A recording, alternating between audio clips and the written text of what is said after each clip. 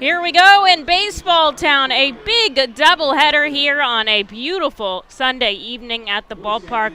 Reading and Bowie will cap off their series. Game 1 set to begin in a couple minutes. Game 2 will follow 30 minutes after the final out today. Reading leads the series 3-1. The team was rained out here in Reading last night, but they're coming off a hot win as James MacArthur will get the start for the Fightins tonight, as Reading will wear the pink breast cancer awareness jerseys today in honor of all those battling against breast cancer, all those who've lost their lives due to such a terrible disease, and looking to raise awareness and raise money for Reading Hospital McGlynn Cancer Institute here today. So honoring a bunch of families here, their names on the back of the players' and coaches' jerseys, and they will get them signed, and a big ceremony at the end of the game.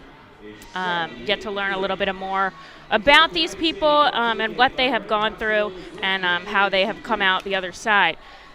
So we'll talk more about those jerseys and a belated Mother's Day here in today's game. The first, I think, 1,500 fans got number one R. Phil's mom shirts here today, as James MacArthur throws down to Logan O'Hoppe back behind the plate. Out in left is Jack Conley. In center, Simone Muzziotti. And in right, Jalen Ortiz. Ali Castillo over at third base. Sal Gazzo, the shortstop. Fraylin Mignetti, the second baseman. And Josh Akami, of course, over at third. It's Evan Johnson calling the balls and strikes back behind the plate. Michael Snover over at the third base territory. And Ray Valero manning first. Hudson Haskin, who's been the leadoff batter the entire time, will step in the right side. James MacArthur will take a deep breath and kicks and fires ground ball foul. The first pitch coming exactly at 5:15. Look at us, we're right on the nose. 78 degrees here in Reading, just about 8 miles an hour coming from right to left, pushing out of the ballpark, but I think that's going to be varying as the sun begins to set. MacArthur's velocity up to 95 as he misses outside here. 1 ball, 1 strike. Certainly hot and humid here in Reading. The rain yesterday did nothing to cool it off. Fly ball into right. Tracking is Ortiz. He can. It's played off the wall by Muzziotti. And the throw not in time. So Haskin will start off with a double. The Baysox scored first in the last game we played on Friday night. But Reading battled back and ended up taking an 11-10 victory in extra innings. It was a very exciting win for the Fightins as they look to ride that momentum. Righty on lefty matchup here with Gunnar Henderson. MacArthur deals upstairs. There's a ball. So the jerseys, bright pink tops with R. Phil's across the front, white cap sleeves, and the home white pants, of course. They're wearing their black R-Train caps. And a bunch of the guys have hot pink socks on out there. Some of them are wearing pink, batting gloves. There will be later pink bats even. So we'll keep up about all that fun stuff later. I know a lot of these guys really try to, honor the breast cancer survivors and their own moms here in the game, as MacArthur misses 3 straight times outside. Haskin on second, not taking too much of a lead. Sal Gazzo keeping tight range.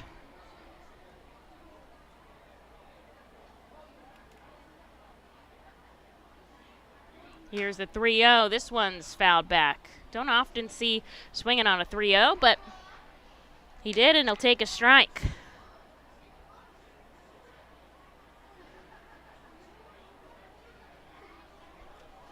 Henderson has been pretty phenomenal this series. He was last week's Eastern League Player of the Week. He has been pretty good so far in this series for Bowie. He is the top third prospect for the Orioles as MacArthur hits.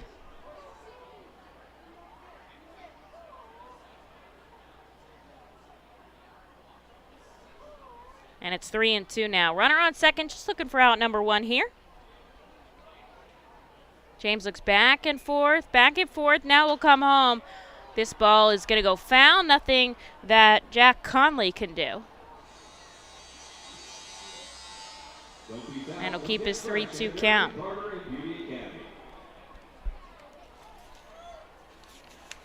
MacArthur's first start of the series, his last appearance was dominant, and looking to see if we can get another one of those out here today as Henderson steps out. His last appearance, 6 innings of work, just 2 hits and 1 run. He struck out 5, which was pretty impressive. And even his experience previous to that, 4 innings, just 1 run, and 6 strikeouts. So anything like that as Henderson is caught looking. I mean, he was up 3-0, and MacArthur hang in there and get the job done. There is out number 1 as Haskins stays on second here for Joey Ortiz.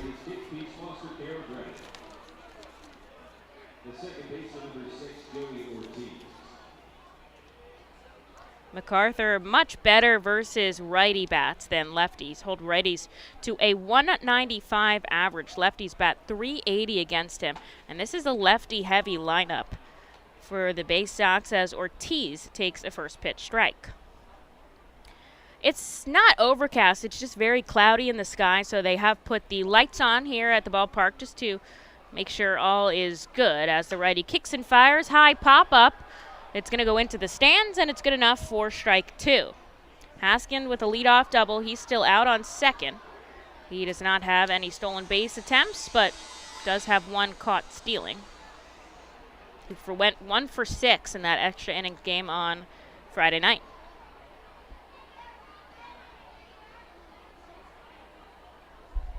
So with the bat on his shoulder, Ortiz steps back in. MacArthur's getting high velocity here, but he goes off speed down and away, and he strikes out Ortiz. Back-to-back Ks, puts 2 outs on the board here for Shane Fontana. Now, we talked about this before, but a lot of this isn't just how you pitch and how dominant you are. It's how much you can stay in the game when things aren't exactly going your way. He gave up a leadoff double, but he's staying tight, not giving up in this half inning. And looking for the 3rd out here, he'll see the cleanup hitter, Shane Fontana. Fontana was all over Reading Friday night. He had 3 hits, 2 of them were doubles, and a walk. He scored 3 times and had an RBI in the contest. MacArthur gets a pop-up. Castillo wants to come over, but it's going to come into the stand. Good catch made by a fan.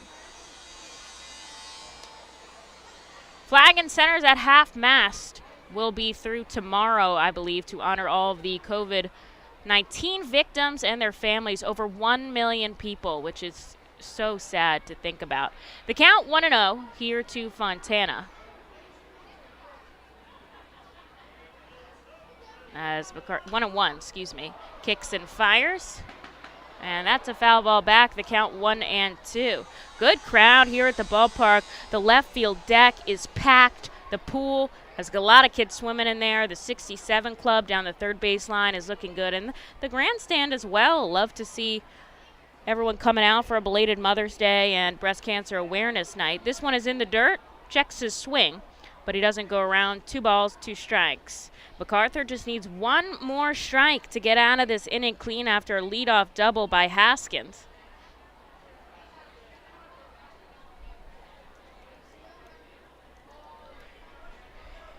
Infield, outfield, back deep. MacArthur gets the sign from O'Hoppe behind the plate to the lefty Fontana. He looks back at second.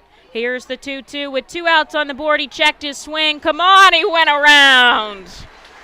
MacArthur gets a lead-off double and then strikes out the side to get out of this inning.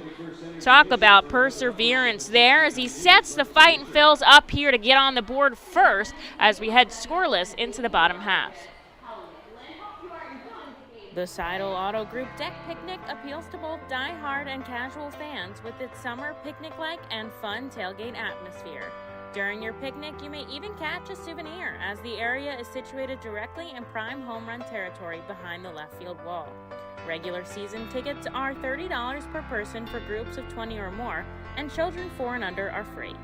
Visit fightins.com/groups or call 610-370-BALL to reserve your group outing today. Golden Oaks is an award-winning high-end golf club that offers golfers a country club experience without country club prices. With 5 sets of tees, golfers of every skill level will enjoy their game.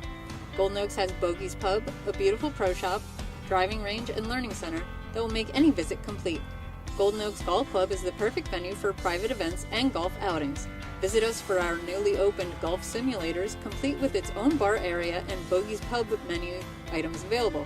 You can stay in our beautifully restored 1850s farmhouse and then play our award-winning championship golf course. Each room includes full amenities, cable television, and quaint rustic decor. While on the premises, visit Bogey's Pub for lunch, dinner, or a relaxing beverage. We're ready to serve you here at Golden Oaks and look forward to the 2022 season.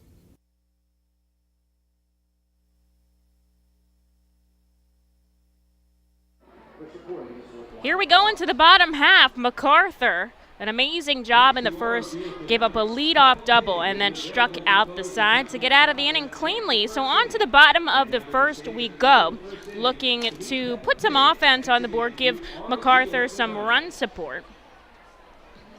As the Fightin' Phils will send up Castillo, Muzziotti, and Ortiz to start off this half inning. Garrett Stallings on the mound here for the Bowie Baysox. He'll be throwing to Maverick Hanley back behind the plate. Fontana in left, Watson in center, and Haskin in right. As the first pitch comes into Castillo, lifts it down into right field. Running back and making the catch is Haskin, and 1 pitch, 1 out. Over at third is Gunnar Henderson.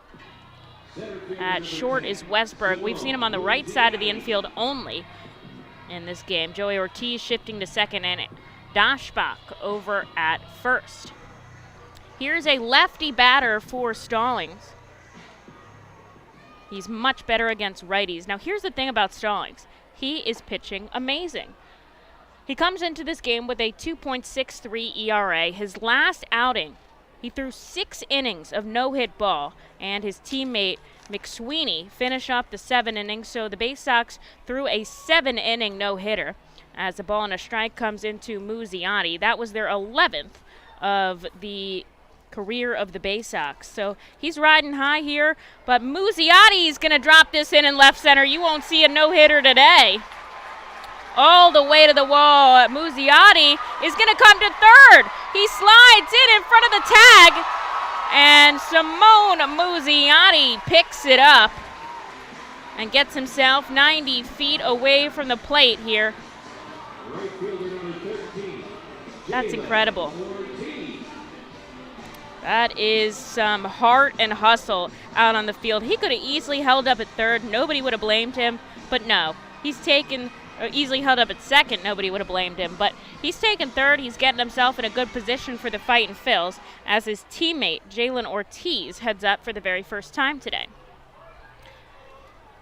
So I was saying that Stallings is pitching good, and he's pitching especially good against righties. He's holding them to a .050 average, so less than batting 100.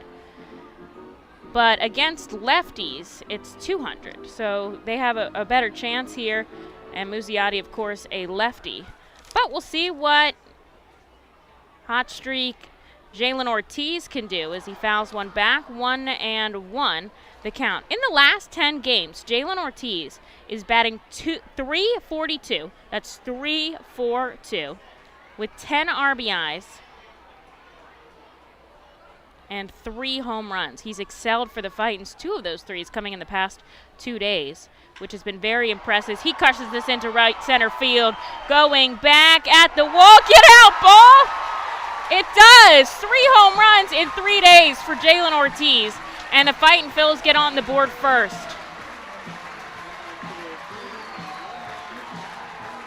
Reading leading 2-0 here in the bottom of the first inning.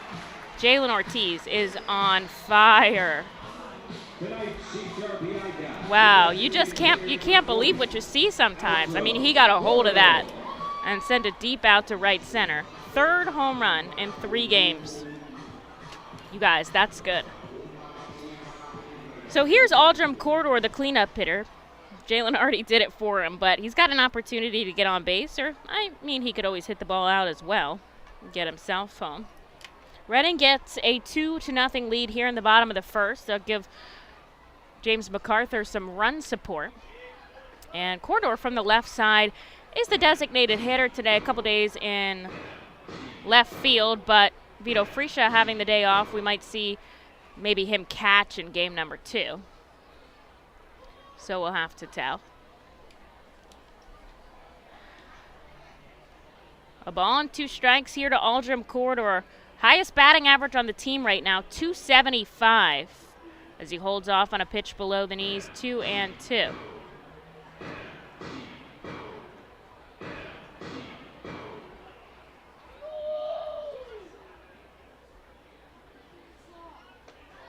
And that'll ring him up, strike 3 at the knees. A very emphatic call from home plate umpire Evan Johnson. The umpires out in their baby blues today for this Sunday game. Blue tops and the charcoal, let's call them charcoal gray pants. Classic umpire Sunday game as Logan O'Hoppe steps up to the plate with 2 outs on the board. If you're just joining us, Reading leading 2-0 here over the Bowie Baysox. A 2-run home run by Jalen Ortiz. Absolutely crushing the ball. O'Hoppe takes a first pitch ball. And then a second one. He steps very close to the plate, just about as close as you can get inside those lines. Corks his bat and fouls it back. Here it hit off the seats, and that's for strike number 1.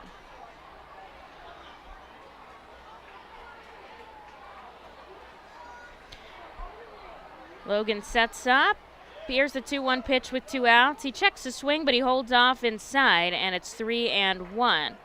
If you're a big fan of Logan O'Hoppe, which you should be because he's the Phillies' number 5 prospect, Logan and I will be going on Dan Baker and Greg Lazinski's show in Philadelphia tomorrow night. It's at the Hard Rock Cafe from 6 to 7 p.m. If you can't come, you can also go to WBCB online as this is fouled back into the stands. He had a glove, but he makes the catch with his bare hand for strike 2, and the count is now full. So tomorrow, Monday, 6 to 7 at the Hard Rock Cafe in Philadelphia. That's on 11th and Market, I believe, right by the Reading Terminal Market.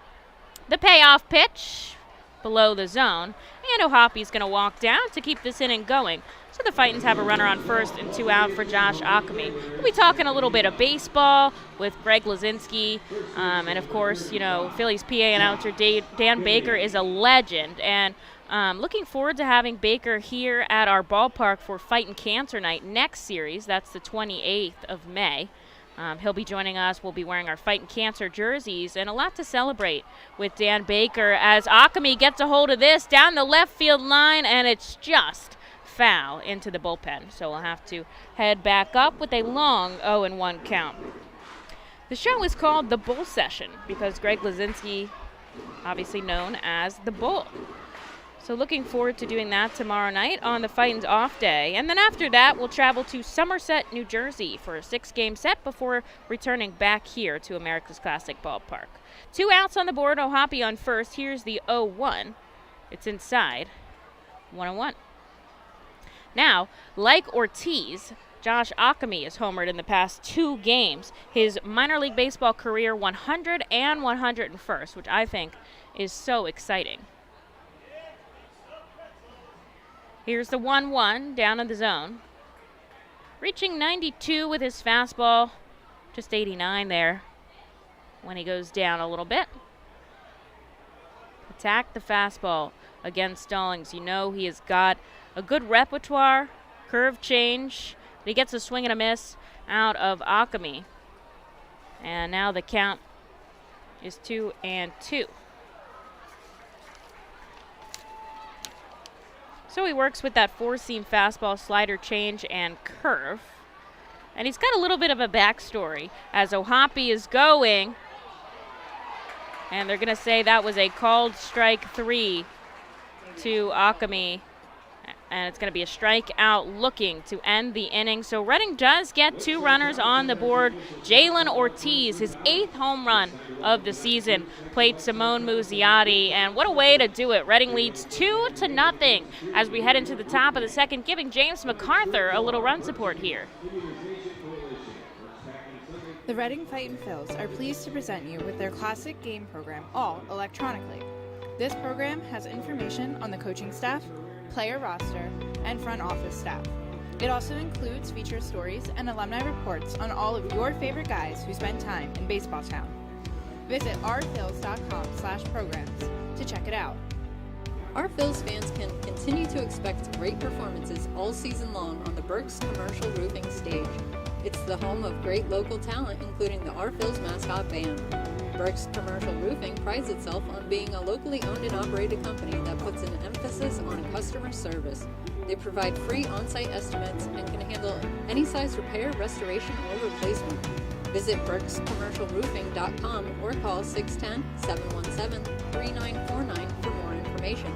And don't forget to sit back, relax, and enjoy the show at the Burke's Commercial Roofing stage at America's Classic Ballpark. At Savage 61, our goal is to assist you in making a confident decision.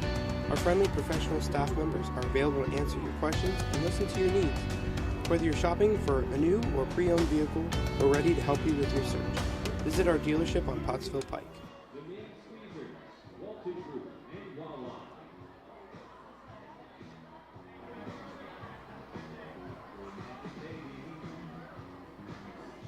Hey kids, Bucky the Beaver is headed to the Albright College mascot autograph booth in Capitol Blue Cross Funland. Head to Funland now to meet Bucky. Here we go into the top of the second inning. Now James MacArthur started off this game with a leadoff double. Then he struck out the side to get out of the inning cleanly. MacArthur struggles in the first inning, notably a 10.50 ERA. What did he do? He turned it right around and put up a big fat 0. In the top of the first, gave his team the opportunity to score first, and they did just that. Jalen Ortiz, a 2-run shot, his 8th of the season and 3rd consecutive game with a home run. As MacArthur steps back on the mound, he'll deal Jordan Westberg back-to-back strikes. Love to see a guy just really able to take a hold of the season, settle in the way MacArthur's doing, and remain tough in the face of adversity as he fouls one back. He'll keep his 0-2 count. I believe his wife, Kate, and their daughter, Lenny, here today watching James pitch on a belated Mother's Day. 1 ball, 2 strikes here. Top of the second. Reading leads 2-0. Perfect day at the ballpark as Westberg stays alive with a foul ball back. Man, are we lucky. It is just a great day and a great crowd here. So Westberg steps back in. He's batting .208. But he had 2 crucial hits in the game on Friday night. A called strike 3, 96. MacArthur deals. And that is strikeout number 4 in this game. Out number 1 here in the second for the DH, Cody Roberts. Now MacArthur's season high strikeout count is 7. Did that earlier in the season. His career high is 10. He actually did that versus Bowie back in August of last year as he sends Cody Robert a first pitch strike. MacArthur's repertoire: fastball, slider, curve, and change. The usual 4. As he steps back with his left leg, big kick and fire home. Fly ball into shallow right field. Mignetti going to take it over the shoulder. And the rookie makes a great catch in shallow right for out number 2. Center fielder number 9, Zach Watson. Here's Zach Watson. Moving up in the order, we've seen him as the number 9 hitter a couple times. He was a home run away from the cycle back on Friday night. He got a triple, which is arguably the hardest to do. So we'll step into the righty batter's box with a 167 average under the Mendoza line and take a first pitch strike on the outside corner.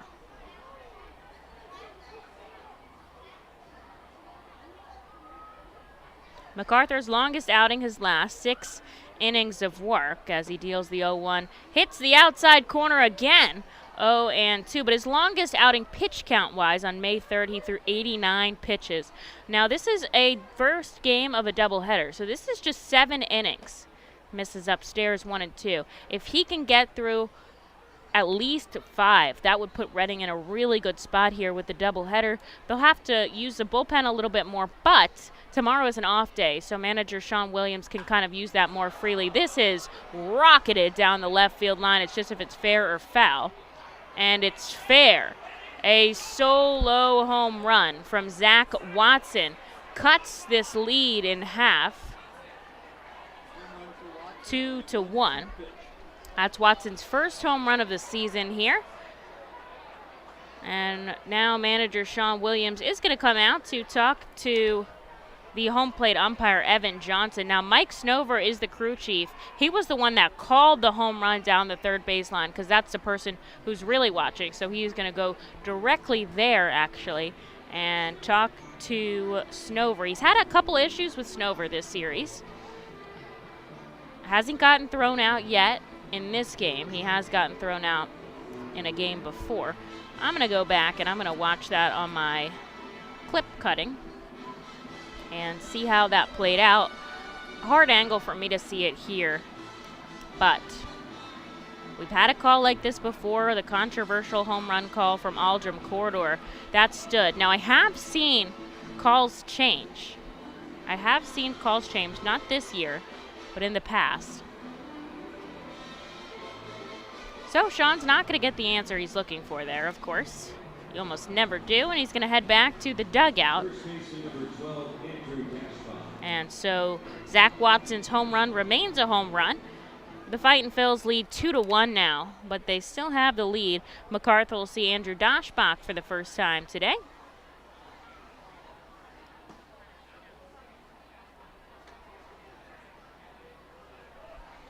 And he'll see him a first pitch ball. Righty moving quickly, goes down and away and doesn't get the call he's looking for.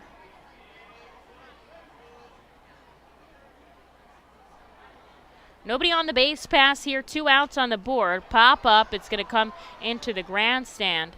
And there's just 3-1, the count now with a strike.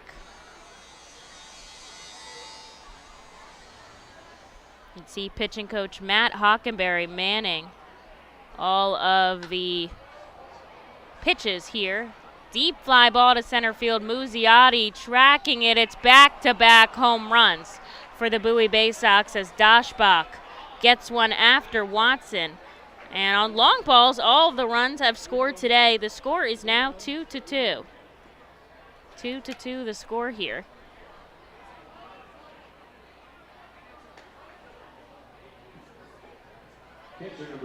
And that will bring up the number 9 hitter, Maverick Handley.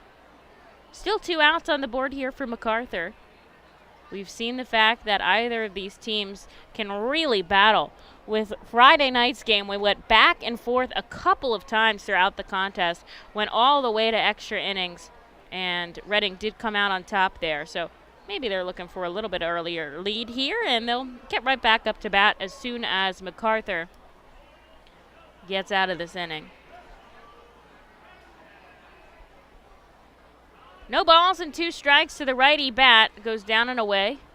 Good block by O'Hoppe.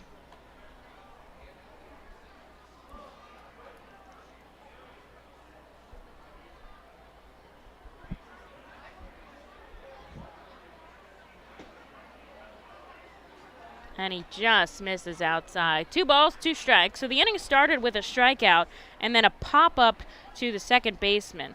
But Watson got a solo shot and Doshbach did as well. So now we're tied 2-2. Ground ball left side. Salgazzo across the diamond, and that'll do it, but not before those home runs tie this ball game. Reading looking to get right back into it coming up in just a moment, but it's been a game of long balls to start things off in Reading. The Reading Fightin' Phils are proud to partner with the Berks County Mental Health and Developmental Disabilities Program. Together, we are striking out the stigma in order to raise community awareness about mental illness and the prevention of suicide. With 3 simple words, Are You Okay? The hope is to begin a conversation to show Berks County that we care. Suicide affects and hurts everyone, but help is here, and we'll work together to help raise awareness about suicide and identify what we can do as a community to prevent it. People in need of assistance and support should call Crisis Intervention at 610-236-0530. That's 610-236-0530. Berks Immunization Coalition works to provide leadership and education in promoting age-appropriate immunization across the lifespan for all residents of Berks County. This is a coalition comprised of local physicians, nurse practitioners, school nurses, immunization coordinators, immunization advocates, and pharmaceutical representatives working to encourage continuity of immunization through medical resources. They focus on educating both the community and the providers. For more information, please visit www.immunizeba.org and click Local Coalitions.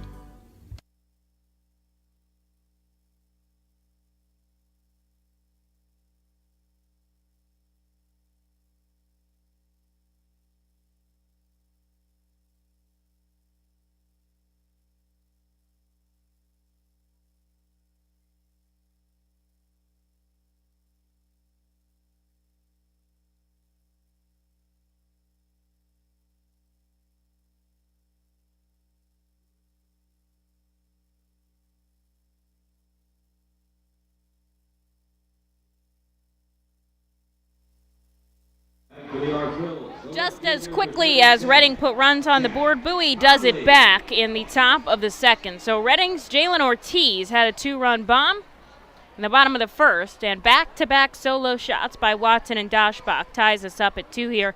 But the Fightin' Phils right back up to bat, bottom of the second, and they'll start things off with Jack Conley.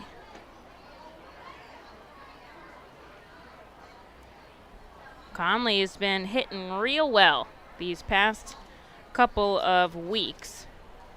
He's earned his spot in the starting lineup, playing in the outfield. And it's working for him. 276 average. He's got 8 hits, double, triple, home run. You don't really see the, catchers doing it like that, but he does. And Ohapi as well, as he takes a swinging strike. The count now 2-2. Infield, outfield, back deep. The wind shifting just a little bit.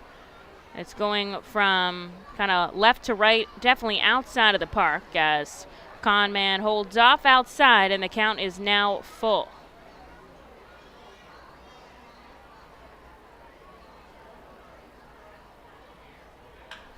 Conley drives this out to center field, holds up in the air, and Watson takes a step to his right and makes the catch. There's one.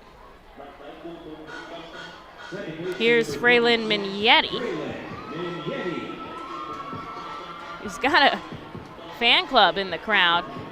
Now, today, Mignetti wearing number 46, typically wearing number 45, but the jersey is quite large on him. So he'll shift to number 46 here today. And he does have a breast cancer survivor on the back of his jersey today. And that is, really something to root for. Rookie holds off on 2 balls outside, 2-0.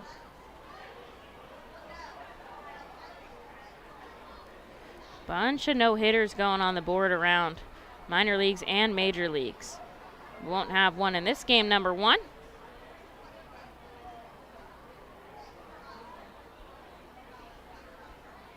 Two balls, 1 strike. Mignetti sends this pitch over the first baseman's head. It's going to drop into right field. And he's got himself a hit here with 1 out in the second. Mignetti moving his on-base streak from 7 games to 8 games with that hit. That's pretty impressive. That's almost all the games that he's been with us and played here. Very impressive. So here's the switch hitter, Salgazzo. Now he's going to bat from the left side because the statistics show us that Stallings is much better against righties, plus the old righty-lefty matchup. But Gazzo will take a called strike there to start off the at-bat. Mignetti, a pretty good runner. He is over at first.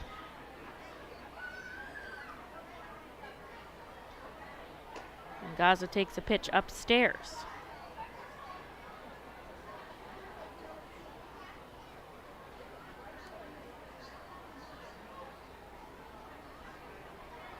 Infield back deep except for the first baseman Dashbach holding Mignetti on, but nobody really covering for him at second.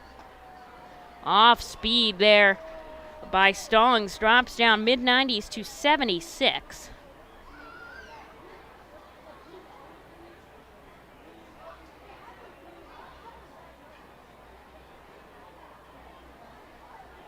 Glove at the waist, big kick and fire by Stallings. Chopper down the first baseline, it's foul.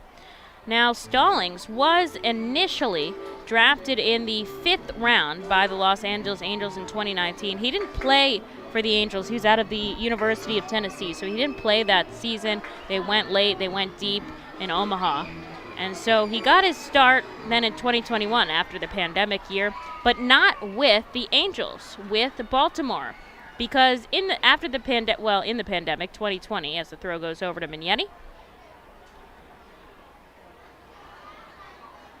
he was traded for Jose Iglesias. And he went along with Gene Pinto to the Baltimore League. So he's been playing there ever since last season, split time in low A and high A, and did a stint in double A, just 6 games there. Finished with a 4.67 average, 106 innings pitched, which is pretty good for a starter. Means he went consistently deep in games. Here's the 2-2 to Gazzo, and he strikes out swinging. So 2 outs on the board now here as we go back to the top of the order with Ali Castillo. This season, obviously, he's been very productive, 2-2 with a 3.20 ERA now after that home run. Does have 8 walks to just 23 strikeouts. So pretty impressive for the righty starter. He wasn't really, he was drafted in the 5th round, but really has shot himself up the prospect list. As he sends a first pitch strike into Ali Castillo. With 2 outs, Mignetti running on contact. There he's going, and Castillo kind of hacks at it. It trickles into right field, and because Mignetti was going, he makes it all the way to third base. And way to hit with 2 outs on the board there, Castillo. Just kind of smacks it into right.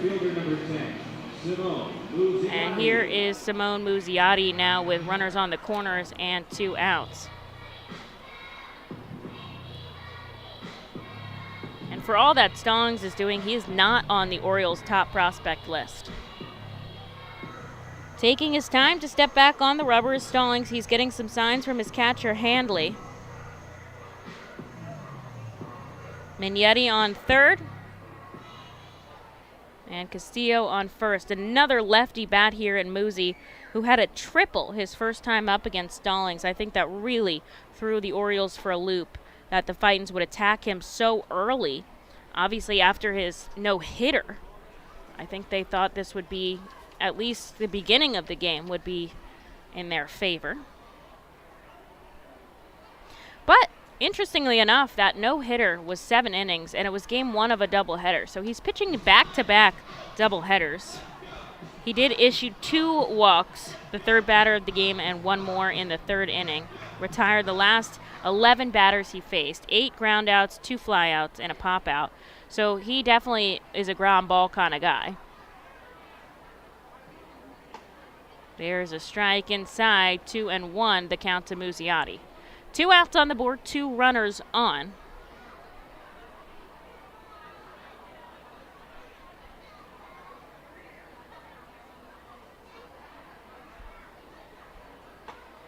Swing and a miss as Muzzi goes down to his knees.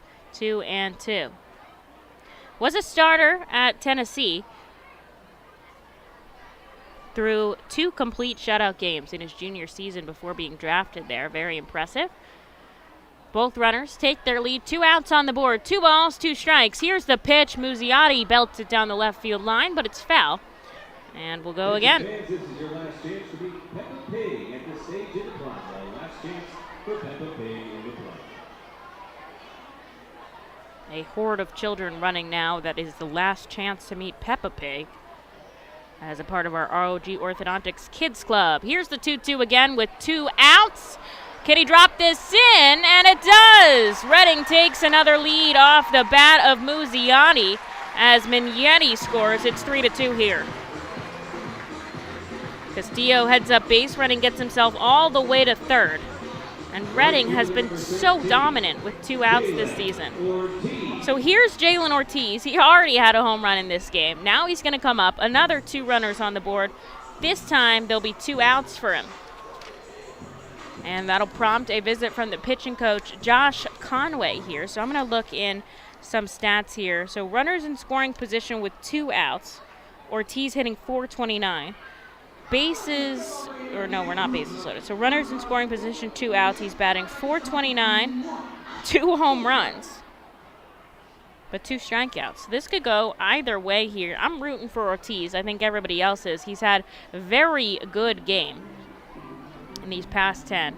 Reading leads now 3 runs on 5 hits to the Baysox 2 runs on 3 hits. We're an inning and 2/3.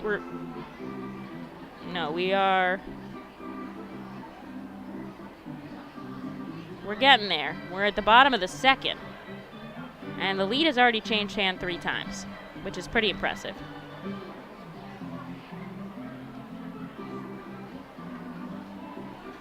So, the pitching coach heads back into the dugout. Castillo on third, Muziati on first. And Ortiz up at the plate. There's 2 outs on the board. He's already delivered once. Can he just keep the line moving here? Fouls it back for strike 1.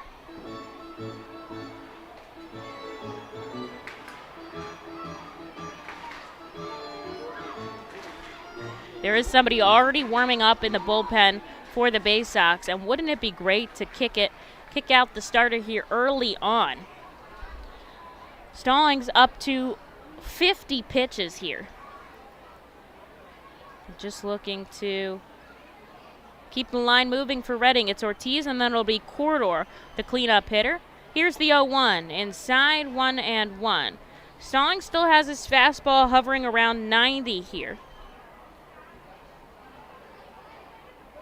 The infield has shifted on Ortiz, so the shortstop Westberg is very close to third. There's nobody in the middle of the infield as a strike comes in on the bottom of the zone. 2-2. And the first baseman, Doshbach, is holding Muziati on. So the shift is there for a reason. It's because he hits that way most of the time. But if he can beat the shift, this will be for extra bases. Takes the pitch way inside, bounces him back. And the count now 3-2. So a full count here with 2 runners on and 2 outs. Reading leads 3-2, but wouldn't they like another couple here with this situation? Runner going. The pitch fouled off. And it'll go again. Well, you know they're running with 2 outs, but man, did Muzi get a good jump over at first. He hasn't played a lot of games for the Fightin' Phils, just 6 so far, so he doesn't have any stolen bases. The payoff pitch sent it to right field, but it's just picked up by Watson, and he makes the catch. And the Fightin's retired here in the bottom of the second, but an RBI single puts Mignetti home, and Reading leads 3-2 here. Heading into the top of the third, MacArthur for another inning of work. Hey, psst. Yeah, you want to buy some low-priced groceries? Just follow me into this well-lit Lidl grocery store. Here at Lidl, we buy in bulk and cut down on costs wherever possible. Then we pass the savings on to you. Trust me, everything's done totally legit and above board. Nothing to be worried about. Yep, Lidl's pretty great. It's just your run-of-the-mill grocery store, except with way lower prices. Lidl. Suspiciously low-priced groceries. The Reading Fightin' Phils, in conjunction with Savage Auto Group Fiesta Fridays, are proud to partner with eXp Realty Associate Broker Alex Patansis throughout the 2022 season.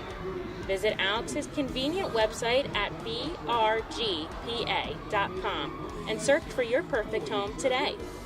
His custom search bar makes house hunting online easier than ever, and he's there to answer all your questions. Call Alex today at 610-926-8610. eXp Realty Associate Broker Alex Betances is a proud partner of the Reading Fightin Phils and all 11 Savage Auto Group Fiesta Friday games during the 2022 season.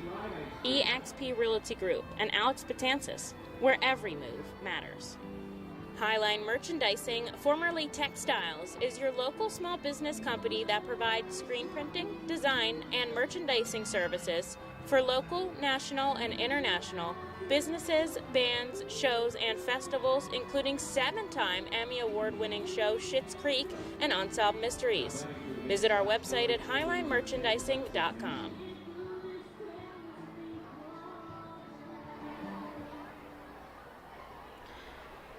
Such a back and forth game here. Reading got on the board first in the bottom of the first with 2 runs.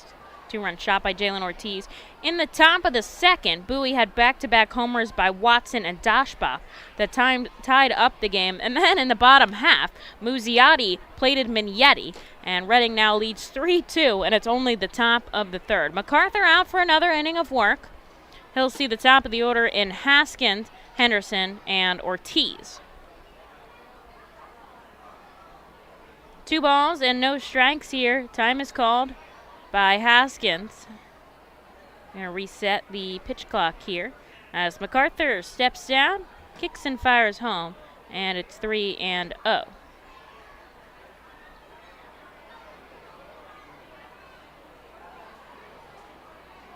MacArthur just 41 pitches here, 40 to start off the inning, as he deals a strike to Haskins, who led off this game with a double.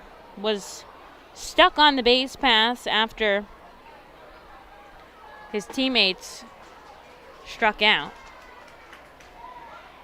And we'll see if MacArthur can retire him this side as he gets another strike. The count now 3-2. Here's the pitch from the righty, and it's a called strike 3. Evan Johnson rings up Hudson Haskins. And there is a big out number 1 in the third, and also strikeout number 5 for MacArthur. Now we'll see Gunnar Henderson, who he struck out his first time up.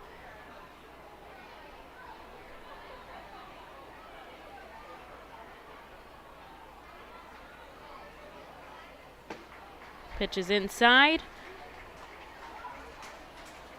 1 ball, no strikes.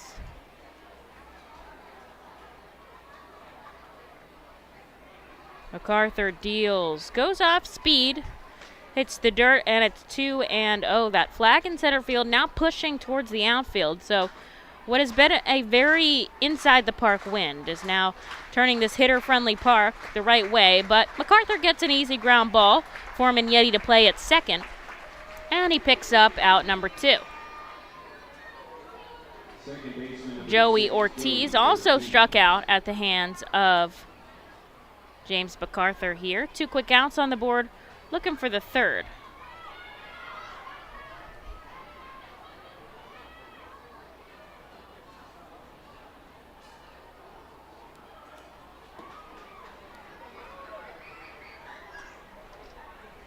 First pitch strike here to Ortiz. Akami playing a little bit in at first.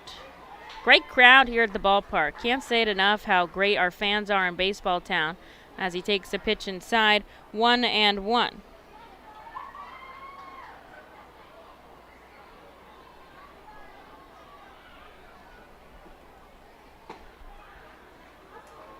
Mack hits the outside corner. 94 is fastball now here in the third inning. Did start about 95, 96, but we'll see if he can finish it out with strike 3 here. Ground ball right back to the pitcher. Man, we've seen those PFPs all week long. An underhanded toss to Akami, and that'll do it. A 3-up, 3-down inning for MacArthur as he gets the cheers of the crowd and sends his team right back up to bat, leading 3-2. The Reading Fightin Phils are proud to partner with the Berks County Mental Health and Developmental Disabilities Program. Together, we are striking out the stigma in order to raise community awareness about mental illness and the prevention of suicide. With 3 simple words, are you okay? The hope is to begin a conversation to show Berks County that we care. Suicide affects and hurts everyone, but help is here, and we'll work together to help raise awareness about suicide and identify what we can do as a community to prevent it. People in need of assistance and support should call Crisis Intervention at 610-236-0530. That's 610-236-0530. Berks Immunization Coalition works to provide leadership and education in promoting age-appropriate immunization across the lifespan for all residents of Berks County. This is a coalition comprised of local physicians, nurse practitioners, school nurses, immunization coordinators, immunization advocates, and pharmaceutical representatives working to encourage continuity of immunization through medical resources. They focus on educating both the community and the providers.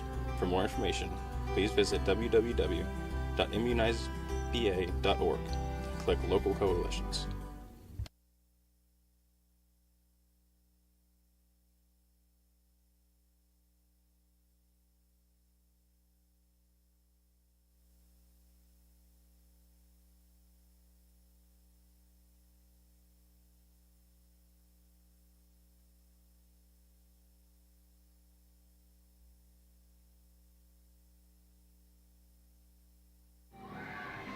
Here we go into the bottom of the third inning. James MacArthur came up and sat them down in order to put his team right back up to bat here in the bottom of the third. Reading leads 3-2 here, a quite back and forth game, as they'll send Aldrim Corder up to the plate, Ohapi and Akami here to start off the bottom of the third.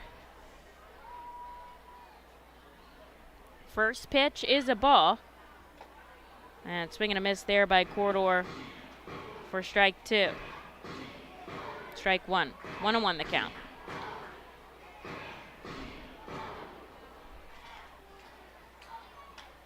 He gets a piece of it, nailing it down the left field line, but it's just foul. And we'll go again.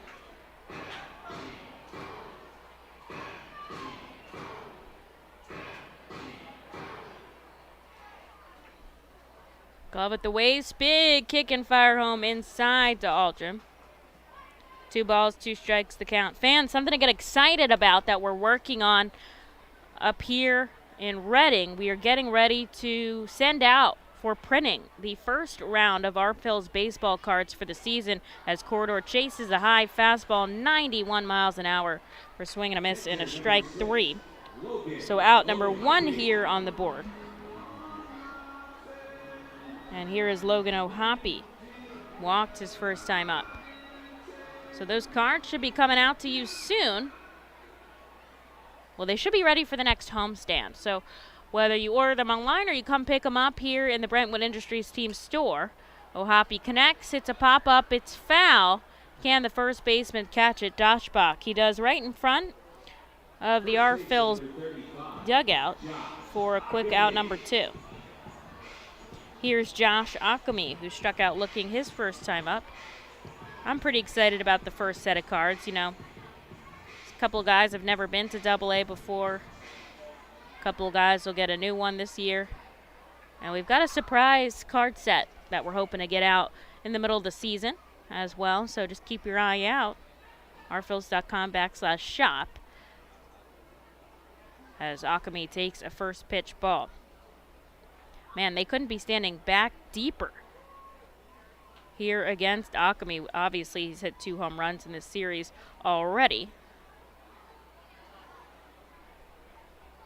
Don't underestimate Josh as he takes a called strike and then a ball. The count now 2-1.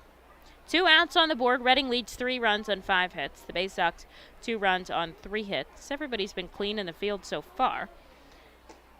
And Josh takes a ball below the zone, 3-1. Bunch of kids playing in the pool out there. He did hit a home run in the pool on Friday's game. There was a big group out there. Maybe he can do it again. But he takes ball 4, and he'll head down to first. And Reading gets a runner on with 2 outs here for Jack Conley.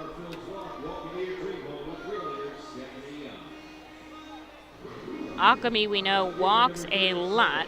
That was his 27th walk of the season. Puts him second in the Eastern League to Bowie's Gunnar Henderson. but he'll catch back up, I have no doubt, as the pitcher Stallings throws over to first. Ock not really taking much of a lead. He does have 2 stolen bases on the season, and with 2 outs, he'll be running on contact here for Jack Conley. Conley drives this into right center, and it just drops in. Coming around to third is Josh, and with 2 outs again, Reading will have runners on the corner. Jack has been all over Bowie this week.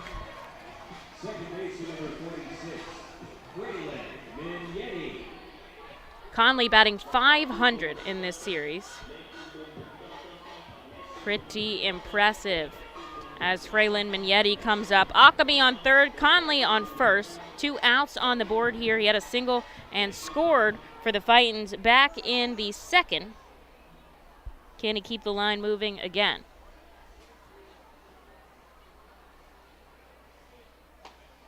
Takes a pitch outside. And it's a called strike on his check swing. Reading trying to help out James MacArthur as much as they can. With some insurance runs here, they only lead 3-2. Now this is a 7th inning game, so we're nearing the halfway point already. As Mignetti holds off on a ball outside. Hanley is going to have to be perfect behind the plate. We've seen a mix of Hanley and Robert back there this series. And they've been pretty good as far as pass balls and wild pitches goes. Although, Stallings goes down and away for a ball. Anything that should get by the catchers, you know Akami's going to try to come home.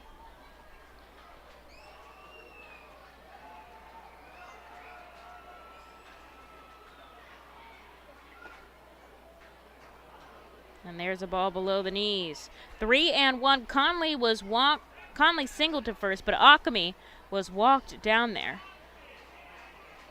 Reading leads 3-2 here. Bottom third in front of a huge hometown crowd here in Baseball Town. Stallings kicks and fires. Mignetti thought it was ball 4. I thought it was 2. But instead it's a strike, so a full count here to Fraylin Mignetti, who has been on base.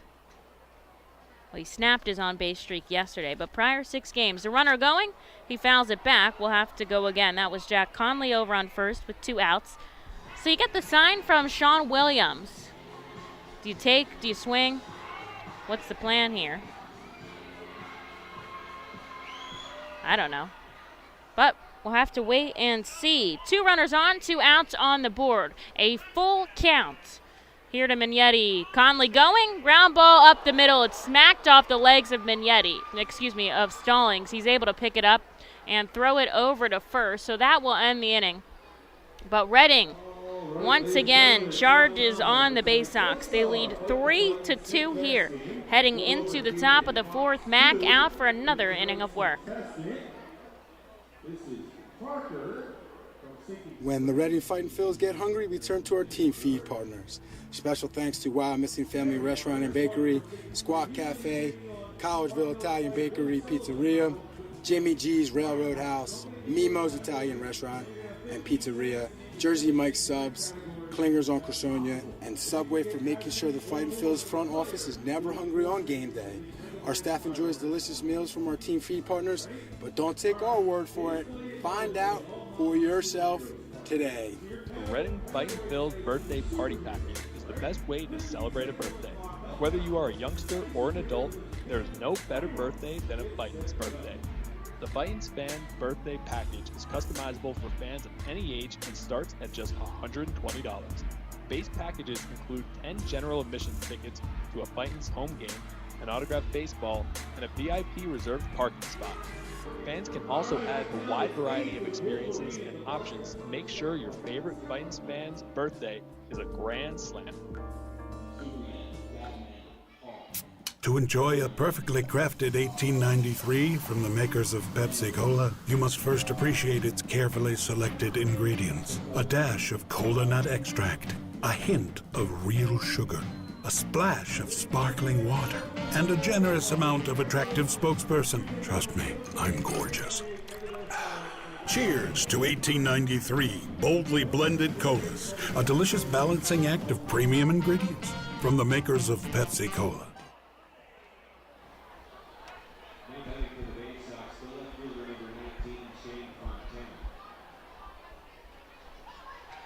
Into the top of the fourth we go. Reading leading 3-2 over Bowie. James MacArthur back out on the rubber. He'll see Shane Fontana, who's the cleanup hitter, followed by Westberg and Roberts. MacArthur just 53 pitches here, giving up 2 runs on 2 hits. Both of them were solo home runs. That should be 3 hits because he had a double. To start off the game as Fontana fouls one back and then takes ball 1. MacArthur's longest outing, we said 89 pitches, so he's just over the halfway mark there. As he gets a called strike at the knees to Fontana, 1-2 the count. He struck him out swinging his first time up, and Bowie warming up McSweeney in the bullpen, who followed Stallings in Stallings' last outing. We have seen McSweeney once before. Fontana gets a hold of this. Long gone in right field over the head of Jalen Ortiz. And 3 solo home runs have done it for the Baysox here today, as they tie the R-Phils 3-3. Man, this has been the epitome of a back and forth game. Fontana, the cleanup hitter, sends one over his own. And here is Jordan Westberg. Well, they always say America's Classic Ballpark is a hitter's park, and both teams certainly proving that in this series. We've seen quite a lot of long balls. So here's Jordan Westberg. Takes the first pitch strike against MacArthur.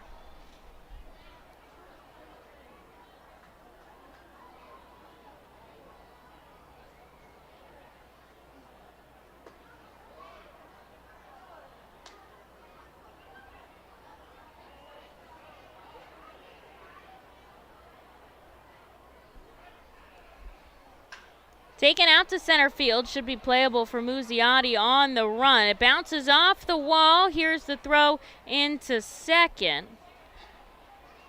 Not in time. And a stand-up double for Westberg puts the runner in scoring position with nobody out here for Roberts.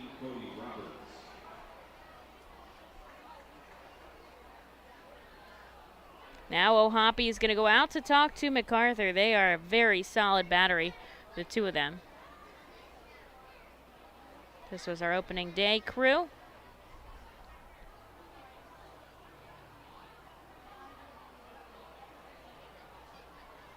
And now he's walking back behind the plate, looking for out number one here. The Baysox have tied it up 3-3. Remember, this is only a 7-inning game, one of two we're playing today.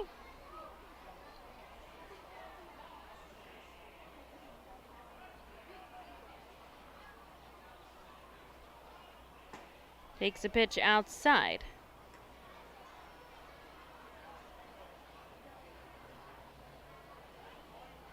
MacArthur got Roberts to pop up his first time out. He's been subbing in between catcher and DH as he takes a ball below the zone. Friday's game, he had a 2-run home run to help his team out. They did end up losing that in extra innings to the Fightins. Runner on second, nobody out. MacArthur comes home, and there's a strike, making it 2-1. That's Westberg out on second. He's a top prospect for the Orioles. He has 2 stolen bases this season.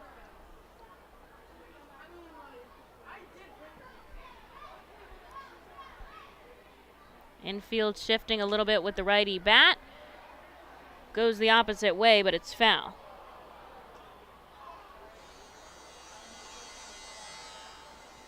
That ball is brought to you by American Barber and Beauty Academy.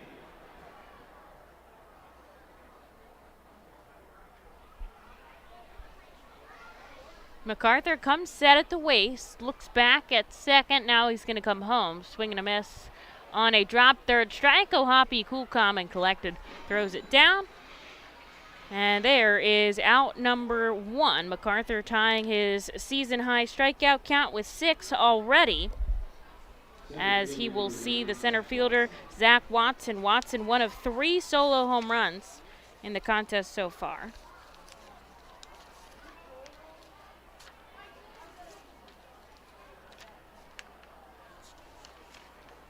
Head up in the right side.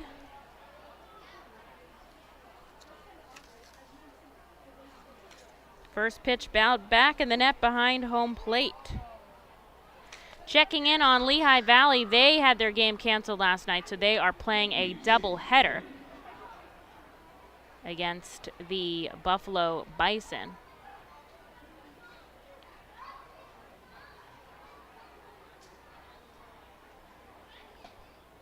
Swing and a miss from Watson is strike 2. So they lost the first game 10-5 against the Bison. Matt Vierling leading off. He went 1 for 4 in the game. Colton Eastman took the loss. See what else went on in this game. Tough game for Lehigh Valley, but they are leading, I believe leading the second game.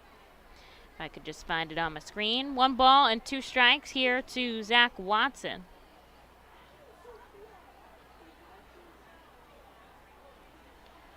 MacArthur set at the waist. Runner on second. And he gets another foul ball back. Man. Lehigh Valley is leading game number 2, 7-1 over Buffalo. They're in the top of the 5th, so they're winding down that game, which is also 7 innings.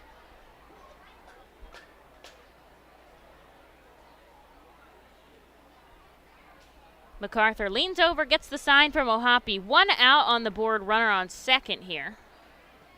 And he gets him to strike out swinging as that was tipped. I guess he says that was tipped. Ohapi a little confused. I think the batter a little bit confused as well. And he's going to get to go again. They say that was foul tipped. Mick Abel threw last night for the Blue Claws, went 4 innings of work, 6 hits, 4 runs. Not his best outing, but he's been pretty stellar so far this season. And Sean Williams going to come out to talk to the home plate umpire, Evan Johnson, and with Ohapi here. And they're going to say that was strike 3. Kind of unfair because they didn't really give Watson the time to run. But you know what? We'll take it. Out number 2. And so MacArthur eclipses his season high. 7 strikeouts here with a runner on second. Here is Andrew Doshbach.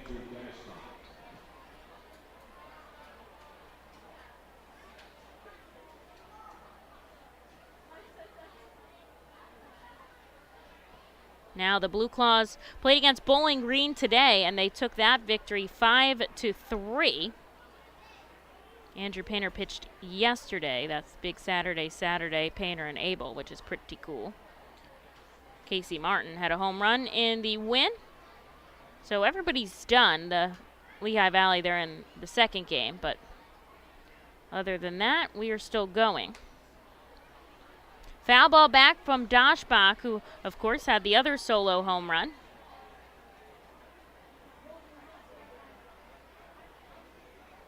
Three to 3. Top 4. MacArthur's got 2 outs on the board. Runner on second. He comes home a little bit high, 2-1.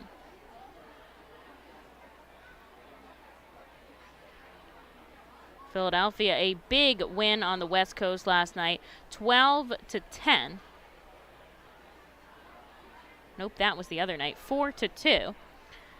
Well, they did have the 12-10 in extras when all 4 of the affiliates went into extras, but they also won 4-2. Top 7 right now against the LA Dodgers. Finishing up on the West Coast and returning home against the San Diego Padres. So excited to be back at CBP. 3 balls, 1 strike here to Doshbach.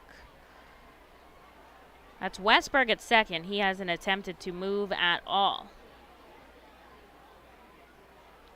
MacArthur gives him a look. Now he comes home. Inside, it's a called strike.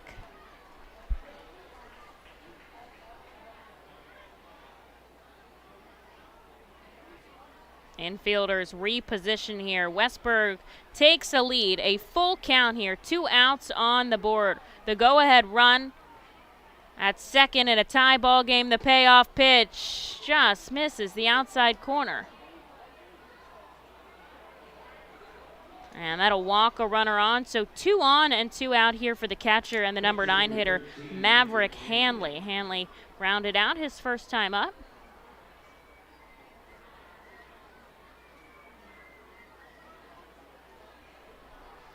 O'Hoppy's going to come out to MacArthur. I don't think Matt Hockenberry plans to join him as well.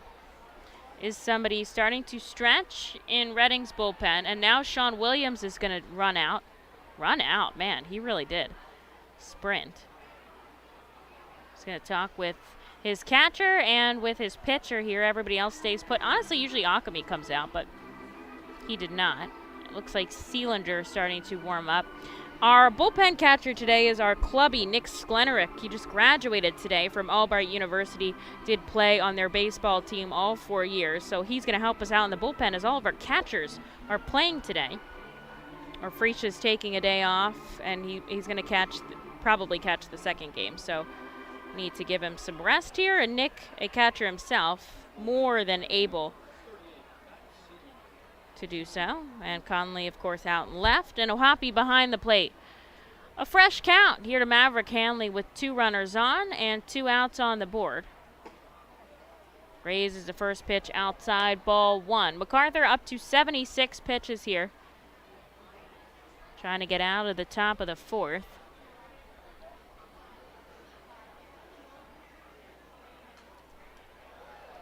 That's a foul ball back. Strike 1.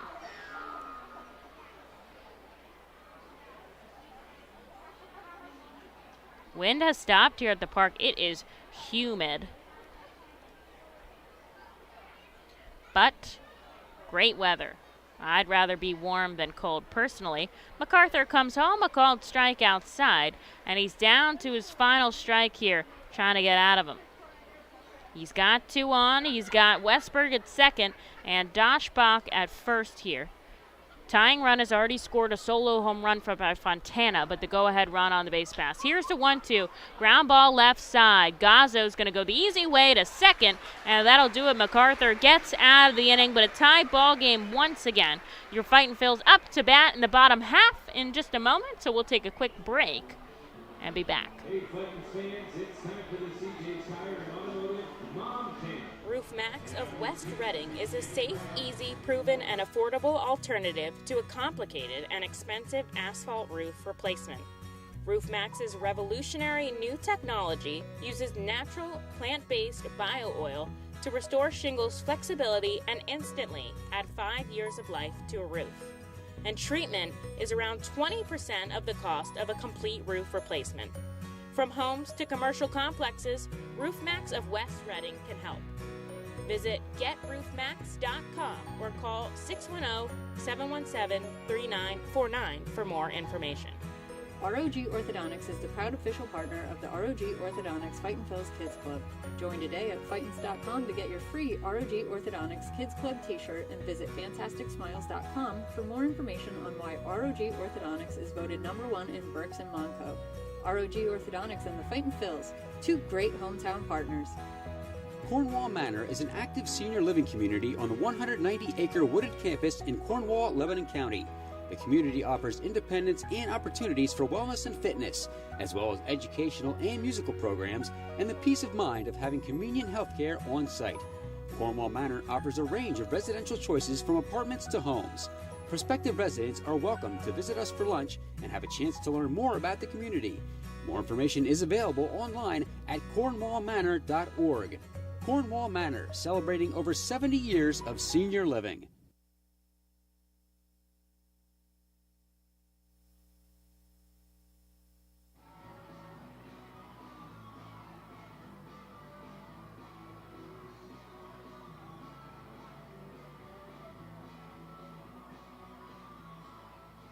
That's tonight's Mom Camp, brought to you by CJ's Tire and Automotive. Hey kids, our kids party will take place in Tompkins Plaza between games of tonight's doubleheader. Head down to the Berks Commercial Roofing Stage for some hula hooping lingo of the Reading Tree Story Time. Bottom of the 4th, it's a tie ball game once again, 3-3. The Baysox have scored all their runs on solo home runs, one by Watson, Doshbach, and Fontana. Reading scored 2 of their runs off a home run by Jalen Ortiz, and Muzziotti with a RBI single in the second. So Reading, a tie ball game, has the chance to get back on top as Stallings has been replaced by McSweeney out on the mound. And McSweeney deals a first pitch strike and then a second one to Sal Gazzo, who's showing signs of bunt here. But 0-2, I'm sure he'll pull back. You never know. He might try to lay it out.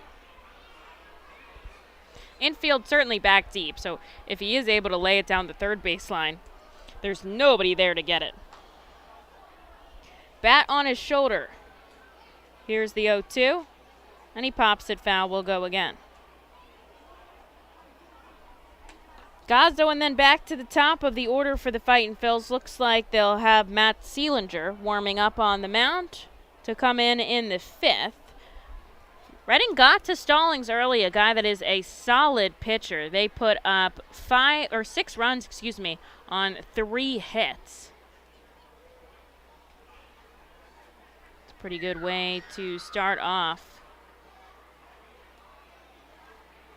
Also, got 2 walks out of him. He did strike out 4 on 73 pitches. Gazzo, another foul ball back, this time down the first baseline. It's foul again. 1-2 still to count. He'll keep going. McSweeney, we've already seen once this season, but he usually does follow Stallings out of the pen. We saw him on the first night. 1 inning of work, he struck out the side. Well, we'll try to hold him not to do that again. Gazzo connects, another foul ball back. Here comes pitch number 7 to Sal. From the left side, as McSweeney, still a righty reliever. Back-to-back righties here. Crowd roaring here, trying to start off this inning with a base runner. Everybody that comes to the plate is going to be the go-ahead run. Here's the 1-2. This is lifted high. It's going to be foul. The catcher, Hanley, ripping off his helmet. He's able to make the catch in foul territory, much to the dismay of the crowd. And there's out number 1 as we go back to the top of the order with Ali Castillo.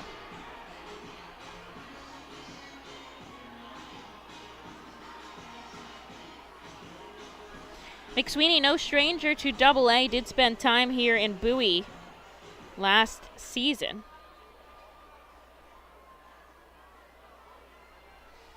And he spent time as both a starter and a reliever back when he was in college at Wake Forest University. The Dukes, I think. But now he's back in the bullpen full time here for the Orioles system. First pitch ball here to Castillo, a wide open stance, moving that bat on his shoulder, pops it foul, 1-1.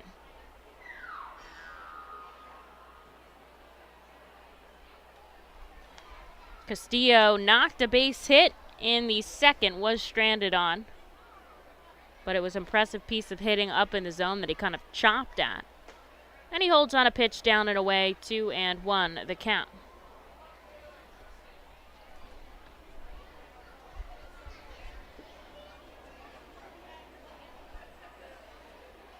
Righty-righty matchup. Stallings deals outside again, and suddenly Castillo ahead, 3-1.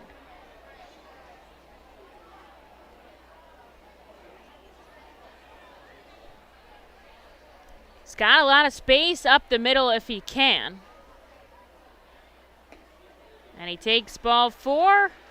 They say he checked his swing and he went around. He was halfway to first. A little bit awkward. He has to go back to the batter's box. The count is now full.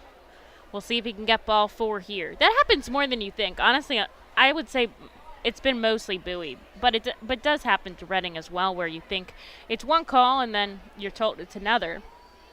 I would mainly, stay put, but sometimes you're confident. He rips this one, honestly, out of the stadium, and that might hit a car where that was hit. And he'll keep his 3-2 count. 1 out on the board here, Reading the top of their order, so it'll be Castillo, Muzziotti, and then Ortiz, should we see him. Here's the payoff pitch. Once again, he thinks it's ball 4, but it's a called strike at the knees, 95 off the hands of McSweeney. And there is out number 2 for Simone Muzziotti, who's already had a 2-hit day. He's already had a triple and a single. He just needs 2 more for something I really want to see this season. Somebody can do it. It certainly is Muzziotti. You have to be able to have the speed to hit a triple. He sends this deep to right center field, tracking over Haskin at the warning track. He makes the catch, and Reading is retired in order here. So on to the 5th we go, and I think we'll see Matt Seelinger out in just a moment.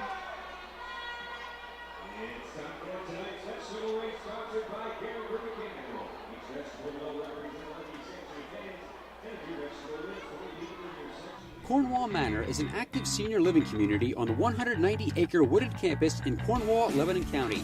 The community offers independence and opportunities for wellness and fitness, as well as educational and musical programs, and the peace of mind of having convenient health care on site.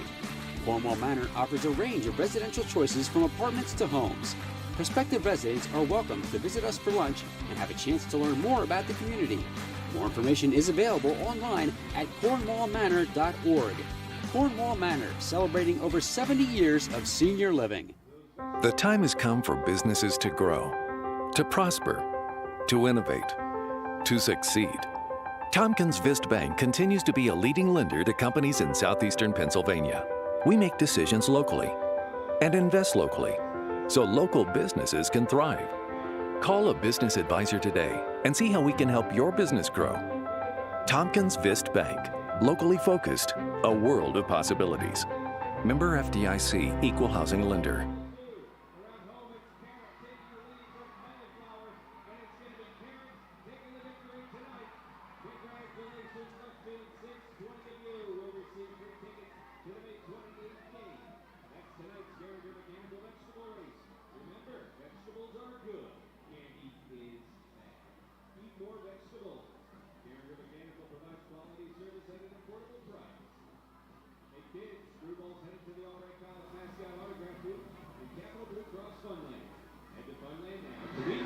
A pitching change here for the top of the 5th inning in a tied ball game. 3-3 here in the top of the 5th. Reading will call upon their best reliever with the lowest ERA, a 1.08. I'm referring to Matt Seelinger, who is out on the mound here for the Fightin' Phils today. Takes over for James MacArthur. 4 innings of work, 5 hits, 3 runs, 1 walk, and 7 strikeouts on a total of 80 pitches. Seelinger tying his cleat here out of the Alvernia University Golden Wolves bullpen. As he gets ready, takes a deep breath, he puts his glove back on, and he'll see the top of the order in Haskin, Henderson, and Ortiz. Now, I know Seelinger's been having a real good time the past couple of days. He and O'Hoppe are big New York Rangers fan. And yesterday, before Game 7, I believe it was Game 7, he wore a suit.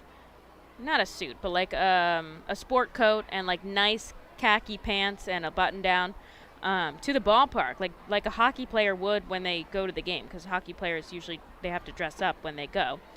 And he gets a ball and a swing and a miss from Haskin. And then today he wore his Rangers jersey under his suit jacket and his nice pants. So I think he's feeling good these past few days, his favorite team moving on. And he's got the best reliever ERA on the team, and he'll look to keep it that way as he hits the dirt.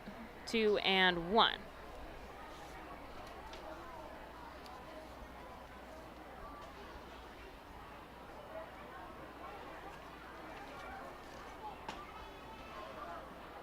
And honestly, two of those runs that he's given up this season, so he's gone 9 for 11 in scoreless appearances, so to only 2 appearances has he not allowed runs. And one of those was in a spot start that he made, so I'm not really sure if that counts because he's not a starter. It counts, but he was in a tough position there making a start when that's not really his move. And then the other one was a start with was a relief appearance with an unearned run.